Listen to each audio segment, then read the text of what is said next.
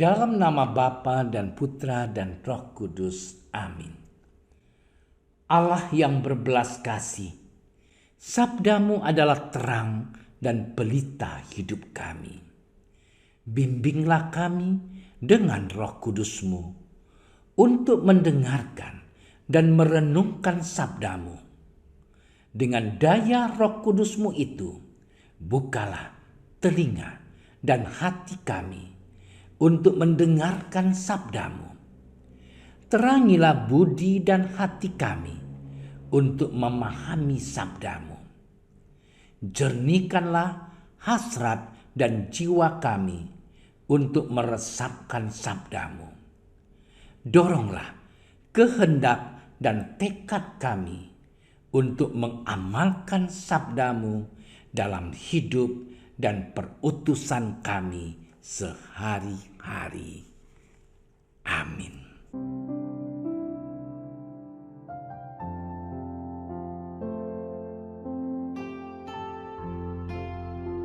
Pada suatu kali, pada hari Sabat, Yesus berjalan di ladang gandum. Dan sementara berjalan, murid-muridnya memetik bulir gandum. Maka kata orang-orang Farisi kepadanya, "Lihat, mengapa mereka berbuat sesuatu yang tidak diperbolehkan pada hari Sabat?" Jawabnya kepada mereka, "Belum pernahkah kamu baca apa yang dilakukan Daud ketika ia dan mereka yang mengikutinya kekurangan dan kelaparan? Bagaimana ia masuk ke dalam rumah Allah waktu Abiatar menjabat sebagai imam besar, lalu makan roti sajian itu yang tidak boleh dimakan kecuali oleh imam-imam, dan memberinya juga kepada pengikut-pengikutnya." Lalu kata Yesus kepada mereka, "Hari Sabat diadakan untuk manusia dan bukan manusia untuk hari Sabat. Jadi Anak Manusia adalah juga Tuhan atas hari Sabat." Demikianlah sabda Tuhan.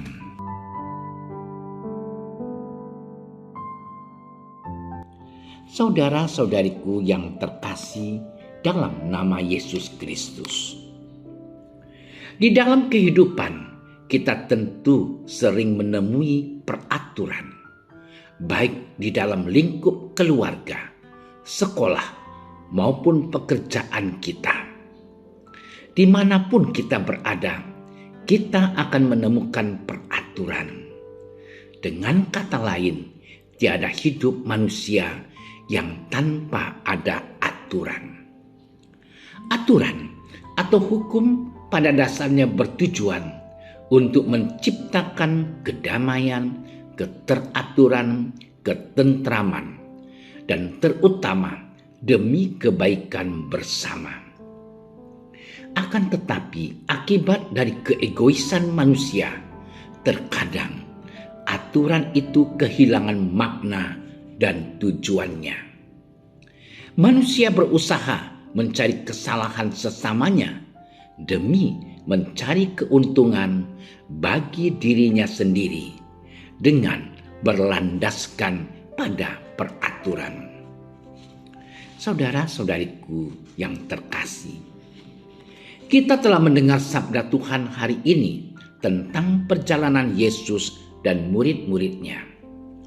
Orang-orang Farisi protes kepada Yesus karena para murid memetik bulir gandum pada hari Sabat. Hari Sabat merupakan hari yang Allah khususkan bagi manusia untuk berhenti dari segala pekerjaan dan menguduskan hari tersebut. Pemahaman orang Farisi akan aturan tersebut dapat dikatakan sangat kaku dan sempit. Tidak heran mereka menganggap tindakan yang dilakukan oleh para murid dengan memetik bulir gandum pada hari Sabat semata-mata sebagai suatu pelanggaran.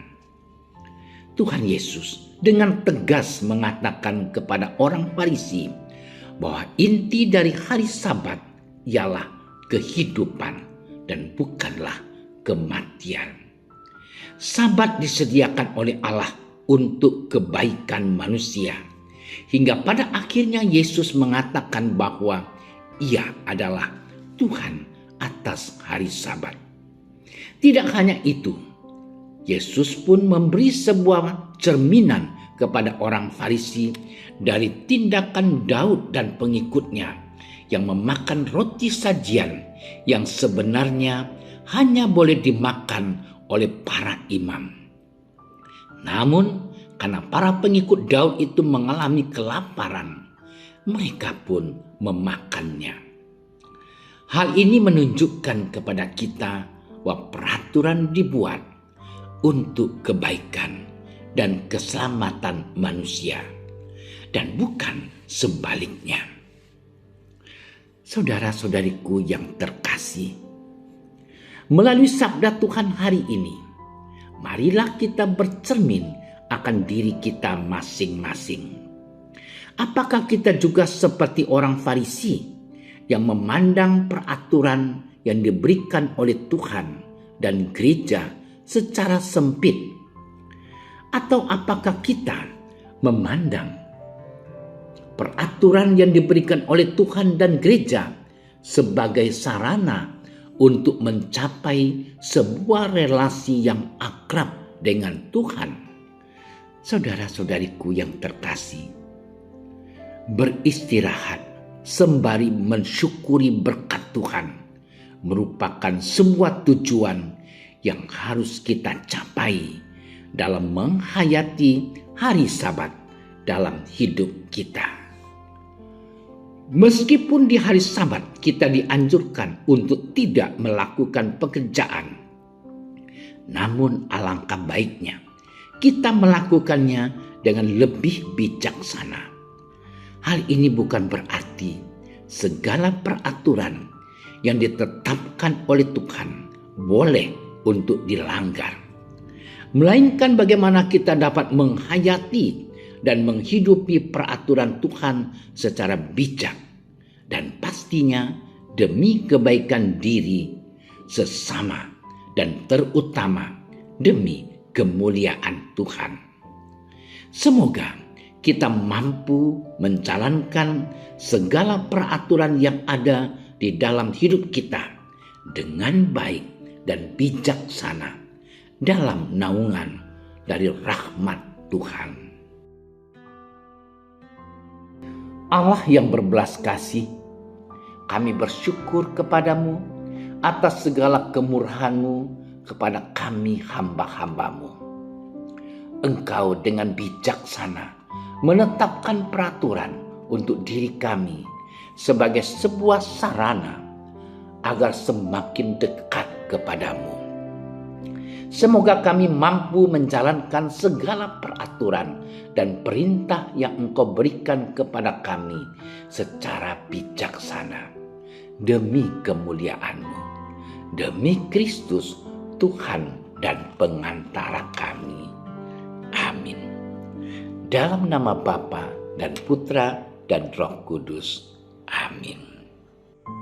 Kami berdiri di hadapan-Mu, ya Roh Kudus, pada saat kami berkumpul di dalam nama-Mu, bersama-Mu sendiri yang membimbing kami, membuat diri-Mu nyaman berdiam di hati kami.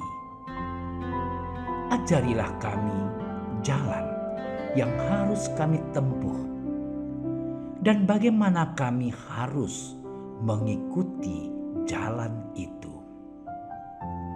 Kami lemah dan berdosa. Jangan biarkan kami mendukung kekacauan. Jangan biarkan kebodohan menuntun kami ke jalan yang salah. Jangan pula keberpihakan mempengaruhi tindakan-tindakan kami. Kiranya kami menemukan di dalam Engkau kesatuan kami, agar kami boleh berjalan bersama menuju kehidupan abadi dan tidak menyimpang dari jalan kebenaran dan apa yang benar. Semua ini kami mohon kepadamu yang berkarya di setiap tempat dan waktu dalam persekutuan dengan Bapa dan Putra untuk selama-lamanya. Amin.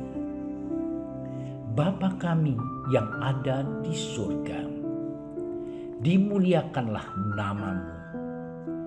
Datanglah kerajaanmu. Jadilah kehendakmu di atas bumi seperti di dalam surga. Berilah kami rezeki pada hari ini, dan ampunilah kesalahan kami, seperti kami pun mengampuni yang bersalah kepada kami. Dan janganlah masukkan kami ke dalam percobaan, tetapi bebaskanlah kami dari yang jahat. Amin. Salam Maria, penuh rahmat, Tuhan sertamu. Terpujilah engkau di antara wanita, dan terpujilah buah tubuhmu Yesus. Santa Maria, Bunda Allah, doakanlah kami yang berdosa ini, sekarang dan waktu kami mati. Amin. Kemuliaan kepada Bapa dan Putra dan Roh Kudus, seperti pada permulaan, sekarang, selalu, dan sepanjang segala masa. Amin. Terima kasih sudah menyaksikan renungan hari ini. Jangan lupa like, subscribe, dan aktifkan tombol loncengnya agar Anda yang pertama mendapatkan notifikasi updatean renungan harian dari Komsos Keuskupan Padang. Dan bagikan ke sosial media agar saudara-saudara kita dapat mendengarkan dan merenungkan firman Tuhan.